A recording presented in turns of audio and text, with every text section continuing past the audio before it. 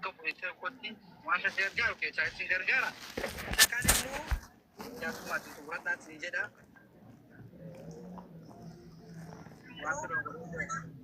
Wanta dogoggoruu adeemaa funaa jedha galatoomaa. Waan eenyus darbee namnis darbee hin jiru. Maa kan darbe tansa? Laa namnis darbee hin jiru. Keedha. Nah, bola. Chacho, bagaimana apa jalan tu? Jadi enggak ada.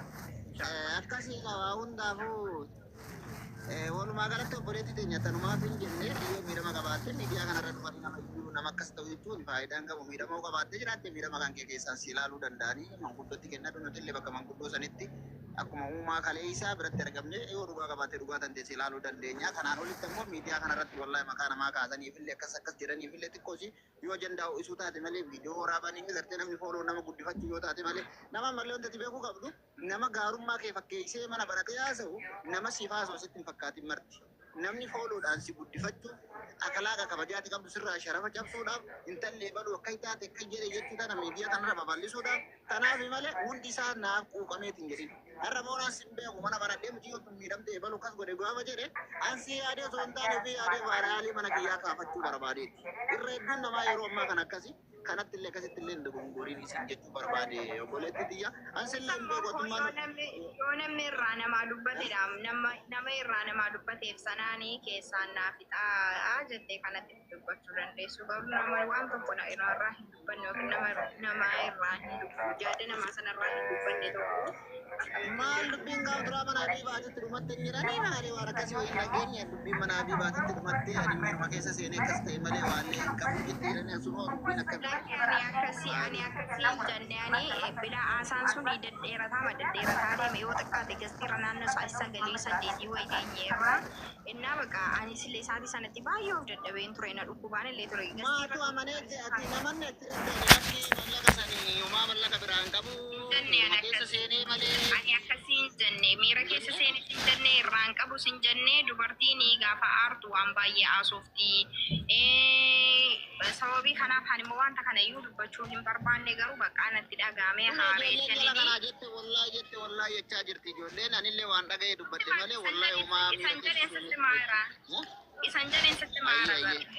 sitti maara kan hin jedhe asitti bakka gaafa manii dhedheeratee dhiisuu didudini dubartiin gaafa aartu waan baay'ee haasofti sa'aatii amma kana taa'ee gatiin xuruutti dubbatachuu hin dandeenye gatiin bilcheessee dubbatachuu hin dandeenye dhugaan kiyyas ba'aa hin jiru dubbatiiteef sa'aatii sanatti illee baay'ee na dhukkubaa ture gatiiteef bakka dubartiin gaafa aartu waan baay'ee jettee ani amma kanas na naasaa hidhee miti kan hin seenee jedheen achuma irratti dhaabee irraa bee malee ani irraa hin qabu ani miira keessa galeen akkas ta'e maaloodha maaluma chooftuu maalidha ammaattu miira keessa na galchatuun haqa hin qabaatin haqa qaba jedhee gaafan sa'aatii amma kana gastiirra taa'ee dubbadhu maal jechuudha. Garun beeku xiqqoo viidiyoo wayii arginu walumaa galatti rakkatanii haafetu yoo gara jaarsaatti yookaan gara fuuldurootti si ilaaluu dandeenya asirratti ammoo eebaluu fayyu qaba eebaluu waan qabdachi nuti gaafsan bira hin jirru ka argu rabbii tokkicha yoo dubbii keessan gara keessaatti kennatanii keessaan laallamtee bira dhaabannee akka nam tokkootti qabrii teennaa fi eebaluu dhugaa qaba jechuu dandeenya ragaa jiru wajjin jechuudha wanti ragaa malee dubbachuunis nama doolaara diidam guyyaa lama naaf naan nu gammachiisee wallahi marga ijoollee mootoraa kun fiigeeti guyyaa guutuu gaagaa fi dhukkee sananii tasaisa masinaa keessa egaa jechuudha lakkaatii galgala san bakki jirti hin beekne qilleensa kun dhukkee irraa haafi yoo kumaa dhibba shan kuma takka rakkatte isinis kana booddee nama hunda keessatti eegalchite yaada kennu inni kaan ishee daggafaa inni kaan jaa daggafaa waan ta'eefi wantichi bal'aa taatee akkuma ta'etti wantichi nama warroota gurguddaa bira ga'ee isi warri dubbiita namaa qabbaneessuu dhabdan ilaa baraanii kaleessallee nama hedduu mana kana keessatti argaa ture yooma kana irraa deddeebisanii haasa'anii amma wanti kun isii miidhamu ciyyoota na miidhaan kalman shakkee beeke. Kanaaf jaanis kan maalin jedhee wanti kun amala Mariyamaa nama hunda galchitee yaada kennisi. Yaan nama akka bunaa ijoolleen beekamtii qaban ijoolleen cuusii beekumsa qabanu waa tokko si himuu danda'udha. Inni kaan qabu kana teekiniisiin maal akkas godhe si jedhan waan bilee keessa galchala. Waan tokko faayidaan qabu kan inni jedhee jireenya qabu walitti faayidaan qabu waan ta'eef boonaanis namoota gurguddaa faayidaa qaban gochtee yaa inni darbeera boona akkas naan godhe jedhi gara booddee isa jiruuf akkas naa godhaati ani jireenya koo jiraachuu barbaada akkas naa jetti dubbicha fi malee hunda isaa galchitee yaada kennisi bakka. Miira keessa galchu malee tokko si fayyadamuu danda'a. Maarreen dubbannaa rakkoon qabu boona sheeritti godhiitii fidin dubbannaa asuma irratti dhaabnaa dubbannaa.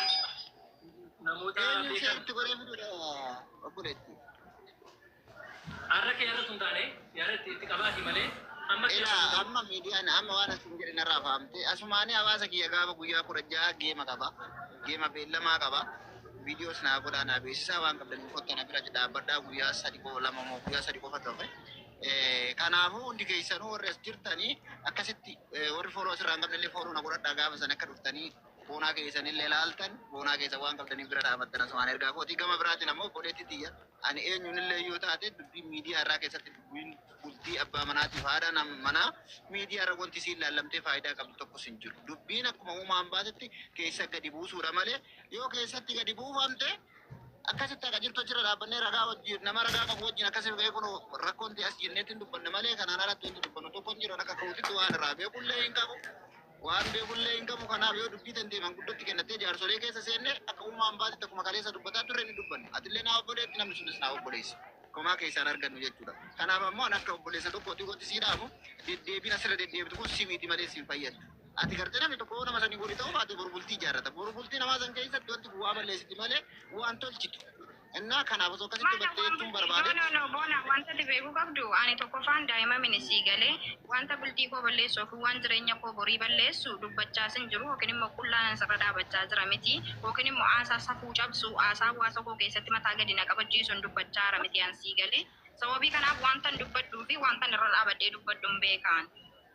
Sii galamti ammani tokko maalu waan kiyya bahuu diddeedha malee nama na gorsu si fedhuan malati nama na gorsu nan barbaada garuu yeroo baay'ee immoo gaafa dhugaan nokotte gorsi baay'eetu hin dabbara hin bareedu sii galee sababii kanaaf jireenya kee fura akkas ta'a waan jireenya koo borii miidhuu danda'u yookiin immoo waan jireenya kootti borii miidhaa fiduu danda'u jireenya koo irratti daa'ima kiyyaaf illee jaarsa kiyyaaf illee na saalfachiisu dubbachaa. As keessatti wanta jireenya kiyya borii mataa gadi qabachiisu wanta maatii kiyya mataa gadi qabachiisu maaliif dubbachaa jira?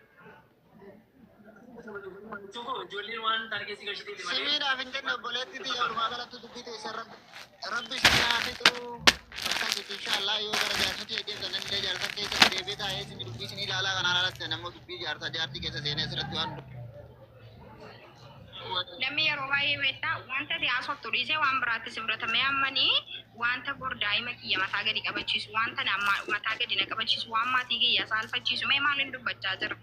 Ullaa ba'ee dubbachaa hin jiru arraba jecha hin taane jedhaa hin jiru akka nama tokkotti. Akka gootu Mariyaama akka gootu ilaa akka obboleessattuu hin akka gootu namoota gurguddaa asirraa fakkeenyaaf beekta jedhu maal goota beektaa waan asii jedhu beektaa normaalii ilaanis amma bu'uu hin danda'a.